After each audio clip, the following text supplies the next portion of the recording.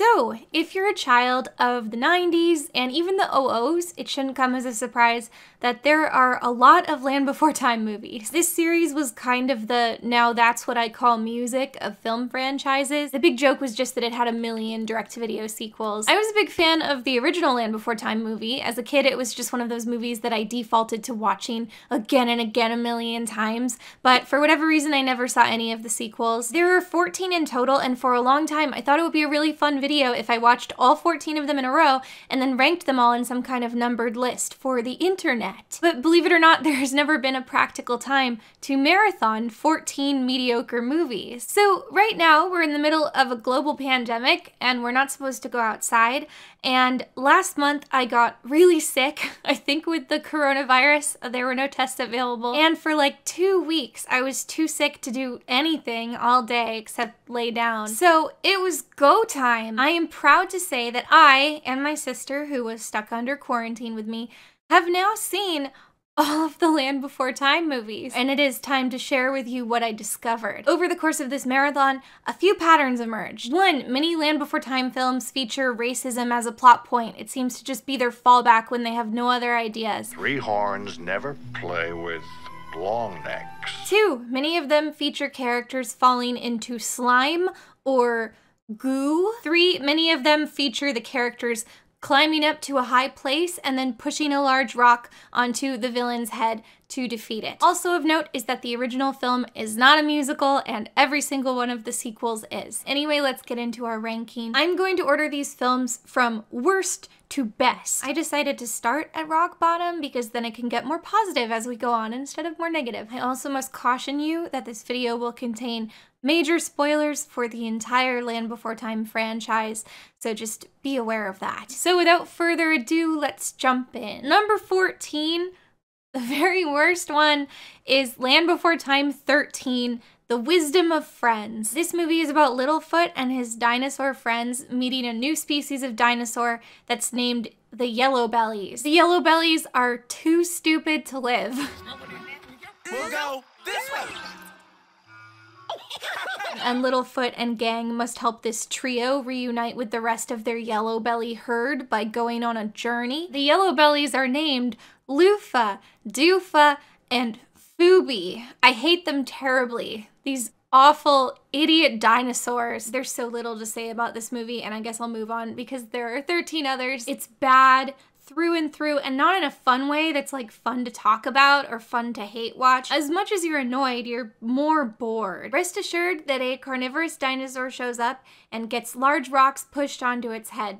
But other than that, there's nothing you need to know. As much as it pains me to talk about this awful movie, it actually kind of pains me more to move on from it because it confirms to me that I wasted my time watching it. Number 13 is The Land Before Time 12, The Great Day of the Flyers. This is probably as good a time as any to admit that I don't like Petrie. Me mess up everything.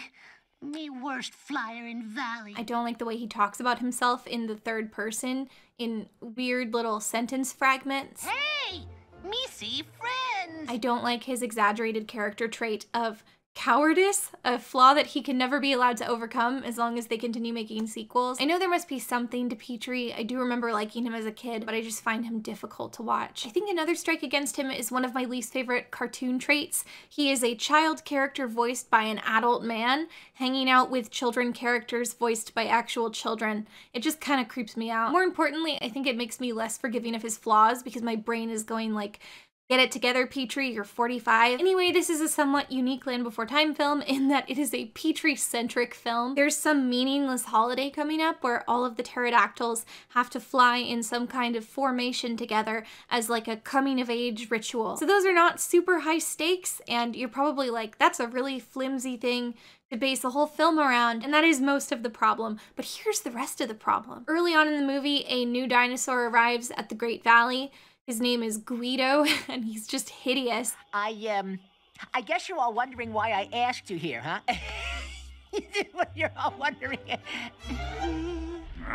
Anyway, he doesn't know what kind of species he is or what he's good at, what his place is, even though it's visually pretty obvious that he's some kind of flying dinosaur. So I don't like Petrie, I don't like Guido. I'm out of luck. That's probably the reason I hate this movie, right? But no, it's not. We haven't even gotten to the reason this ranked 13th in a list of 14 films.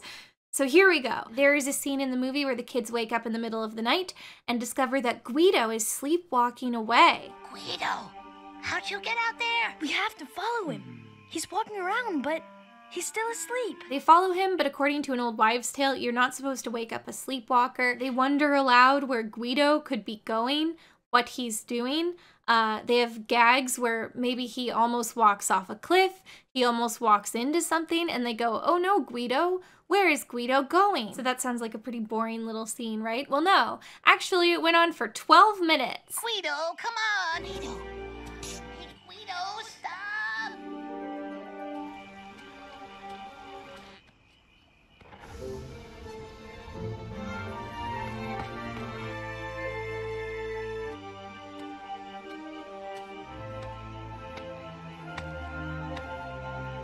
Guido, heading to fast water. Turn this way. Guido, no, turn around.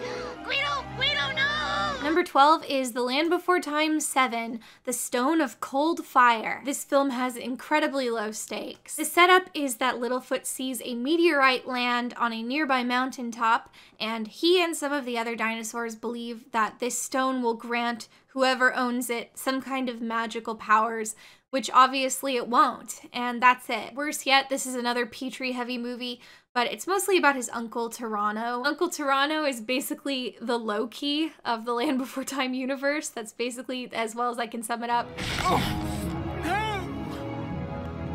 I should be the leader. Me! Tyranno is Petrie's con artist uncle. He is generally distrusted by all of the dinosaurs in the Great Valley, and he just generally schemes and lies a lot, but he has a soft spot for his family, and obviously he is redeemed by the end of the film. Oh dear. I hope the children were able to find cover. I wonder what the vibe is for the Land Before Time fandom. Like, does this guy have a cult following? Is it like a Loki one slur situation, but with this ugly pterodactyl? If he doesn't, it's up to you guys. It's never too late to make an account on gangof5.net, the web's biggest LBT fan forum, and start posting about your thirst. Anyway, this movie is pretty bad, and you know I like a redemption arc. It just didn't help. There's one thing here that I really do have to talk about. These mysterious dinos show up at the beginning and seem to be guiding Littlefoot along on his journey. I don't want any ratting rainbow faces filling our young ones' heads with rubbish, and that's that. No. At the end of the film, they are revealed to be godlike, benevolent aliens and then beam back up to their mothership. I'm saying all that, and you're probably thinking, that sounds incredible. This has got to be the best one, but no, it's still not. People definitely talk about this online whenever the sequels come up, and I'm not talking about this movie specifically, but they're always like, did you know there's one where there are space aliens? Well, I'm here to tell you that despite having space aliens, this movie is really boring, and it's one of the worst ones. Like, it's not fun to watch at all. As we watched through these, I discovered that a lot of these movies feel like they should have just been 22-minute TV episodes, but this one, like, really does. And honestly, if you removed the aliens from the story, it wouldn't change, which is a very weird quality for a story about aliens to have. At one point in my notes, I just wrote, this is pretty boring. So normally I'd give bonus points for the sheer audacity and weirdness of adding aliens. But when you squander your aliens, you lose points. So it's just yet another reason this is low on the list. The only good thing I can say is that the dinosaur aliens at the beginning of the movie sing this big song called Beyond the Mysterious Beyond. Beyond the mysterious beyond, out where the darkness is the scariest, out where the wonders are the rarest, past the edge of dawn. And it slaps. You hear it early on, and it's immediately stuck in your head for the whole rest of the movie, and when it comes back around for the end credits, you're like, yes!